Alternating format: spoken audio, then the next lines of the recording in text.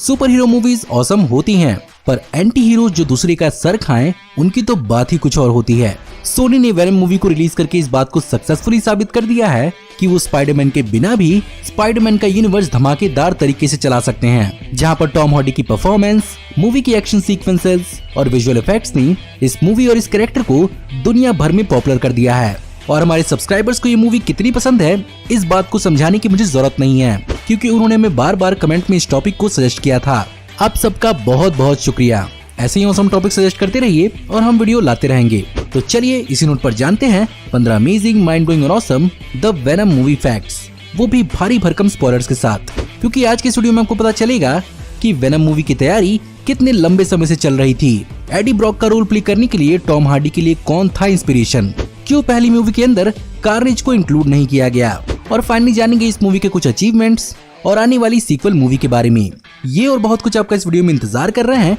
तो देर किस बात की। हे गाइस, मेरा नाम है पंकज सागर और आपका स्वागत है गेमों को हिंदी के एक और फ्रेश वीडियो में। Now without wasting any more time, let's get started.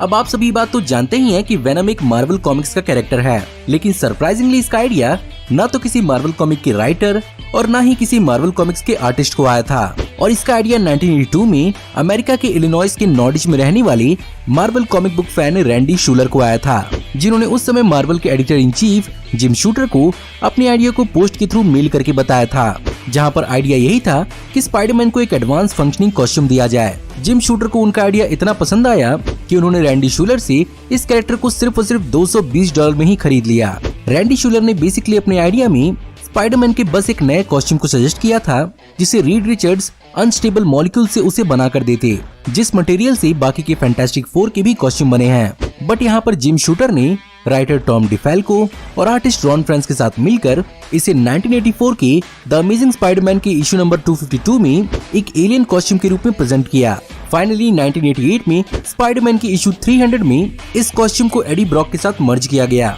और राइटर डेविड मिशेलिन और आर्टिस्ट टॉड मैकफार्लेन के साथ मिलकर फेमस वेनम का कैरेक्टर सबके सामने प्रेजेंट किया गया।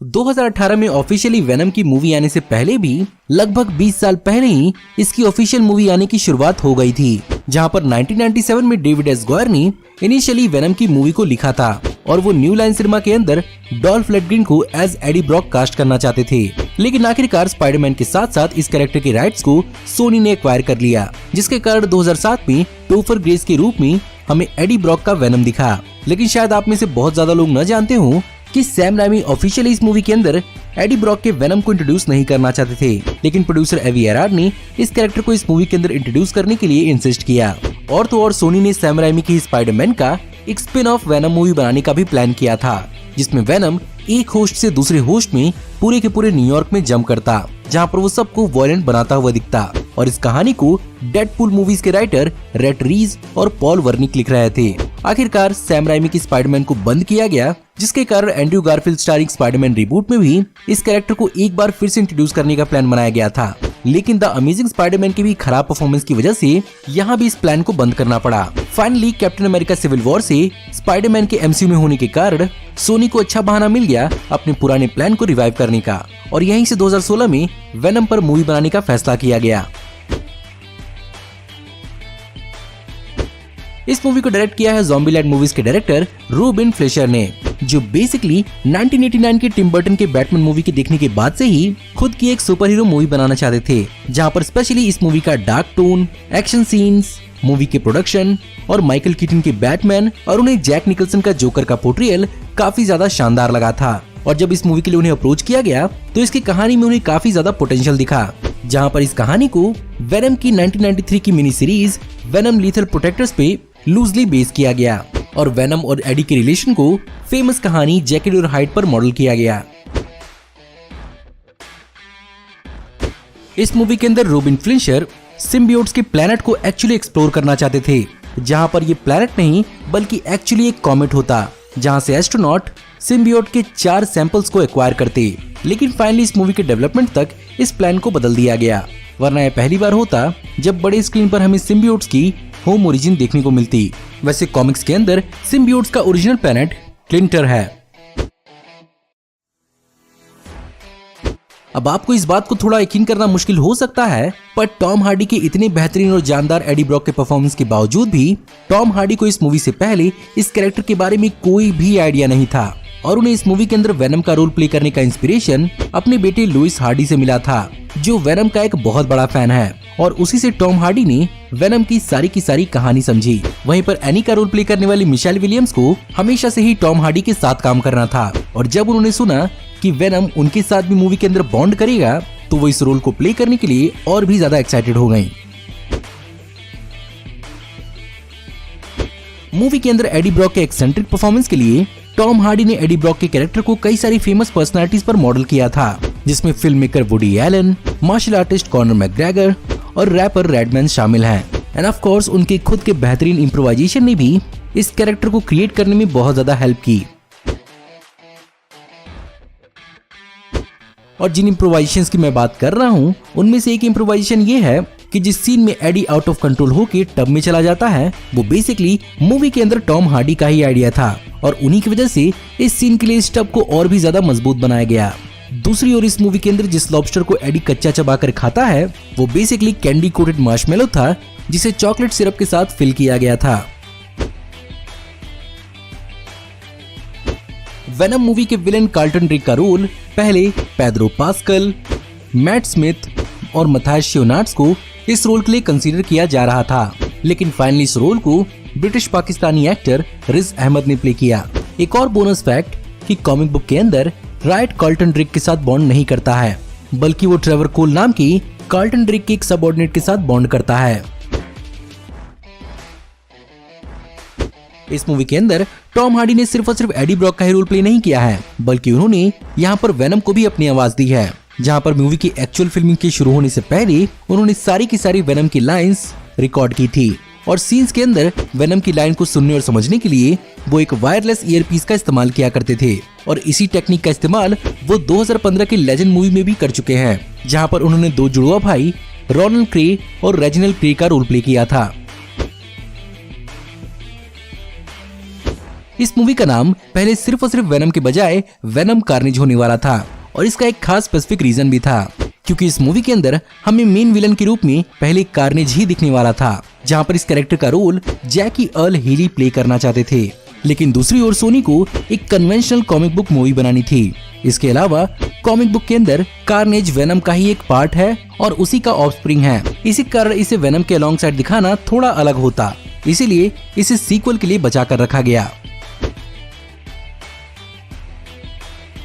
मूवी के अंदर वेनम को चॉकलेट के लिए क्रेव करते हुए दिखाया गया है, जहाँ पर उसकी आदत कॉमिक बुक से ली गई है। लेकिन सवाल उठता है कि आखिर चॉकलेटी क्यों, केक, डोनट या रसगुल्ला क्यों नहीं? वेल, इसका रीजन ये है कि चॉकलेट के अंदर फिनेथिलमिन केमिकल होता है जो ब्रेन के अंदर भी पाया जाता है और जैसा कि किसी इंसान का सर किसी किराने की दुकान पर नहीं मिलता, चॉकलेट ही उसके लिए सबसे अच्छा ऑप्शन है।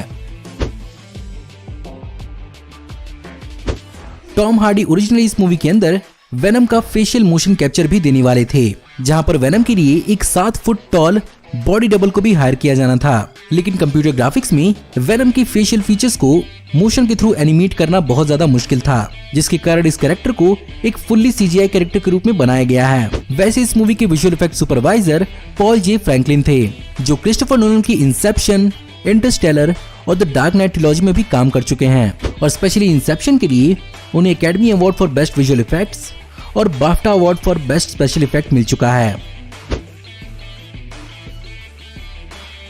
अब चलिए बात करते हैं इस मूवी सीरीज के कुछ ईस्टर एग्स के बारे में। तो सबसे बड़ा ईस्टर एग है वेनम की लोकेशन, क्योंकि वेनम का सैन फ्रांसिस्को में होने का कारण यही है कि कॉमिक बुक के अंदर एडी डेली ब्यूगल की राइवल कंपनी डेली ग्लोब में काम करता है, जहां पर वो एक सिन ईटर नाम की सीरियल किलर का इंटरव्यू लेता है। बाद में पता चलता है कि रियल सिन ईटर सीरियल किलर को स्पाइडरमैन ने पकड़ा है और एडी का सिन ईटर बेसिकली एक फेक सिन ईटर था, जिसके कारण उसे डेली ब्यूगल से निकाल दिया जाता है और वो सैन फ्रांसिस्को में आकर सेटल होता है। और इसी इंसिडेंट का एक छोटा सा रेफरेंस हमें मूवी के अंदर भी देखने को मिलता है, पर इसमें स्पाइडरमैन इन्वॉल्व था कि नहीं इस चीज को नहीं एक्सप्लेन किया गया है। वहीं पर दूसरी ओर मिशलिन और मैकफार्लिन नाम की जिस लॉ फर्म के लिए एनी विंग काम करती है, वो बेसिकली डेविड मिशलिन और टॉड मैकफार्लिन का एक रेफरेंस था, जो एडी ब्रॉक वेनम के क्रिएटर्स हैं। वहीं पर एडी ब्रॉक के अपार्टमेंट बिल्डिंग का नाम शूलर होता है, जो बेसिकली इसके क्रिएटर रैंडी शूलर के नाम पर रखा गया है।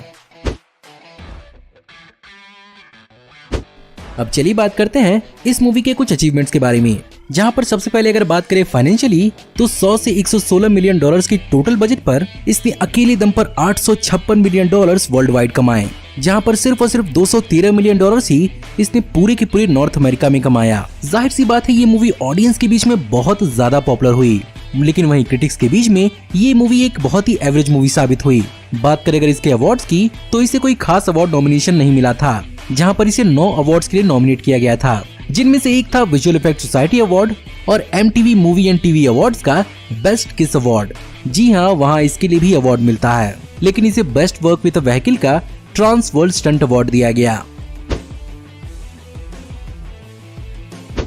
अब चलिए बात करते हैं इसके सीक्वल की। तो वेनम 2 यानी Venom let there be Carnage इस साल सितंबर 17, 2021 को रिलीज किया जाएगा, जिसमें हमें वुडी हैरेल्सन एक और सिम्बियोट कार्नेज के रूप में दिखेंगे। और इस मूवी को डायरेक्ट करने की जिम्मेदारी इंग्लिश एक्टर और motion capture performer Andy Serkis ने उठाई है। इस मूवी की फिल्मिंग नवंबर 2019 में शुरू हुई थी और फरवरी 2019 में खत्म हो चुकी है, और इसे इनिशियली 2 अक्टूबर 2020 को ही रिलीज किया जाना था, लेकिन हो गया कोविड पेंडेमिक का झोल, जिसके कारण इसकी पोस्ट प्रोडक्शन को आधे पर ही रोक दिया गया था। वैसे टॉम हार्डी हमें इस मूवी के अंदर तो दिखेंगे ही, साथ ही साथ वो वेनम की आने वाली एक और सीक्वल में भी दिखेंगे, क्योंकि 2018 में उन्होंने वेनम की 3 सीक्वल मूवीज का कॉन्ट्रैक्ट साइन किया था। तो गाइस ये थे 15 अमेजिंग माइंड ब्लोइंग और awesome the Venom movie facts. मैं इसके आने वाली sequel Venom let there be Carnage के लिए बहुत ज्यादा एक्साइटेड हूँ। एंड इन केस अगर आप कार्नेज की ओरिजिन वीडियो और उसकी कहानी को समझना चाहते हैं तो मैंने उस पर भी एक वीडियो बनाई है, जिसका लिंक आपको आई बटन पर मिल जाएगा। वैसे मैं उम्मीद करता हूँ कि इस साल हमें वेनम का सीक्वल देखने को मिल ही जाए। बाय द वे, अगर आपको आज की वीडियो पसंद आई हो तो इस वीडियो को लाइक जरूर करिएगा। साथ ही साथ मुझे कमेंट में जरूर बताइएगा कि आपको इस वीडियो में बताए हुए कौन कौन से फैक्ट जानकर बहुत ज्यादा हैरानी हुई। वैसे मुझे वेनम की क्रिएशन की कहानी को जानकर बहुत ज्यादा हैरानी हुई थी। अगर आप हमारी आने वाली ऐसी ऑसम वीडियोस को देखते रहना चाहते हैं तो हमारे चैनल को सब्सक्राइब करिए, बेल वाले आइकन को दबाइए और हमारी वीडियोस को बिना मिस किए एंजॉय करते रहिए। और अगर आप चाहें तो इस वीडियो के लिंक को अपने दोस्तों ग्रुप्स के बीच में जितना हो सके उतना शेयर करें। Thank you for watching, see you in the next video, till then take care, good bye.